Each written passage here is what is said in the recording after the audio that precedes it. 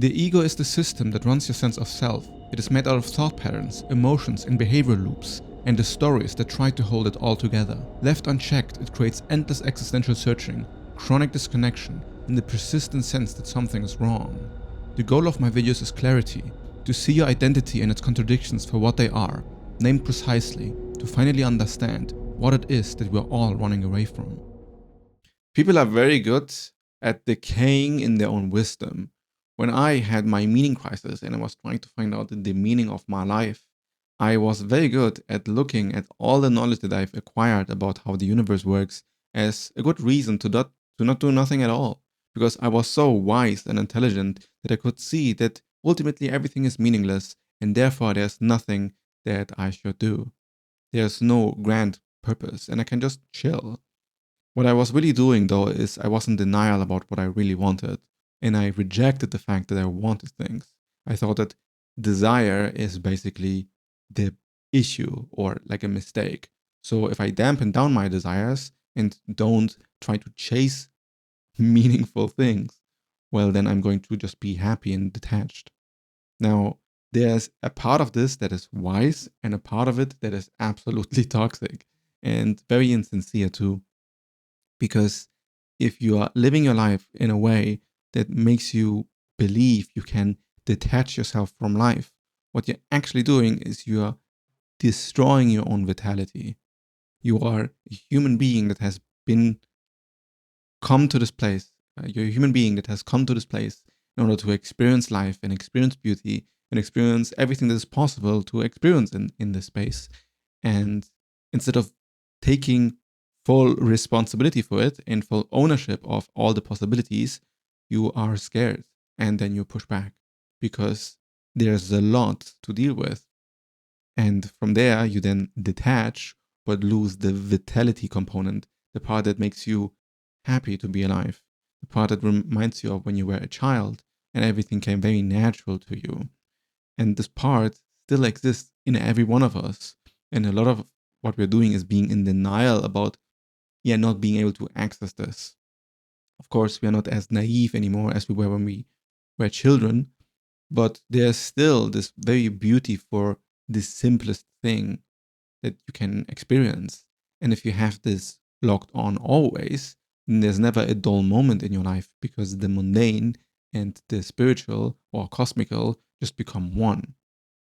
Now, if you are attached to this experience of oneness, if you're attached to these transcendental or psychedelic experiences, even, well, then you're going to be attached to this fantasy of detachment.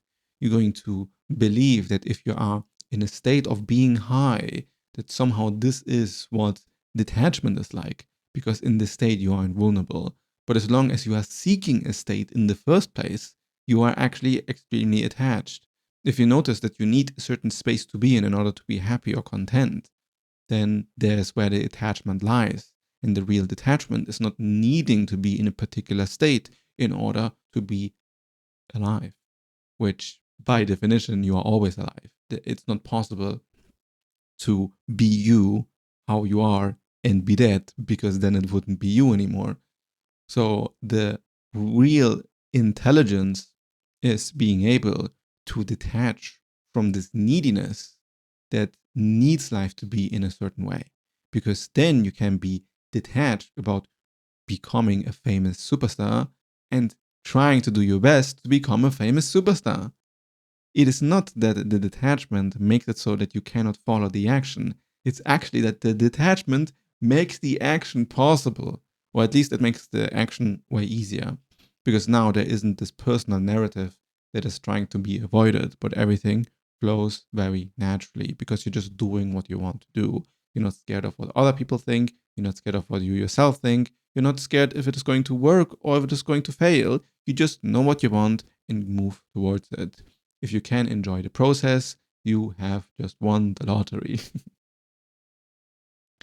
So, all of this to say that if you notice yourself not feeling too much and resisting experience or not feeling fully alive or dampening down in your ability to appreciate, then there's more psychological work to do. And I can direct you to two places. my Substack is going to be developed further, and I'm going to formalize all the stuff that I do. And there's a lot of stuff happening in the background where all of this is going to become way more official and holistic. And I have my ego architecture audits where I can look at the identity that you have built and deconstruct whatever is causing you to be detached or unsatisfied, and how you can unite the egoic drive for meaning and purpose and power in the world and the spiritual wisdom of not needing anything, because they are compatible, even though it often doesn't seem like it. The trap that people fall into is that they believe that truth is not possible. That's really what it boils down to in some form. It's that you've learned to doubt yourself.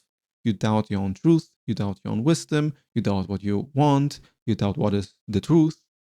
And it's not that you have to pretend to know stuff you don't know. It's not that you have to eradicate all doubt like a madman. This wouldn't be smart.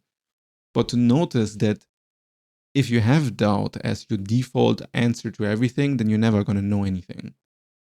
If everything is being looked at with a lens of skepticism and there's no open heart, then everything is going to fly past by you. And there you can also see that it's not just about intellectual doubt, it is an emotional thing.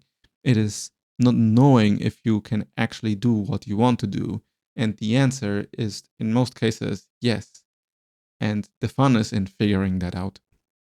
When you are scared, oftentimes you need to feel into the fear instead of running away from it. Because if you're running away from the fear, what you will miss out on is the excitement that hides underneath the fear. You are actually excited, but you are scared of the shift that this new goal would bring you. And this is how you kill your vitality, because it is actually excitement that makes you feel alive. It is the fear of shifting into something maybe dangerous that makes you feel alive. So you cannot detach yourself in order to escape from the danger of life and then still be full of vitality. You kind of have to embrace the fear and be detached from this reaction that wants to avoid the fear.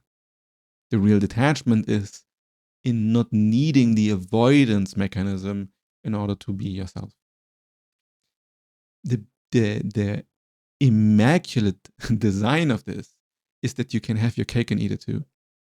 It is really possible to be psychologically content, like your life, do whatever you're doing, not be dependent on the circumstances, and also follow your biggest dreams, your most passionate pursuits, and what you want from your life, and you can decide it on your own. It is true freedom. And the universe is actually built in a way that this is what is allowed everywhere. And if you want to understand the also kind of dark implications that this has, then watch my last video, which is this one.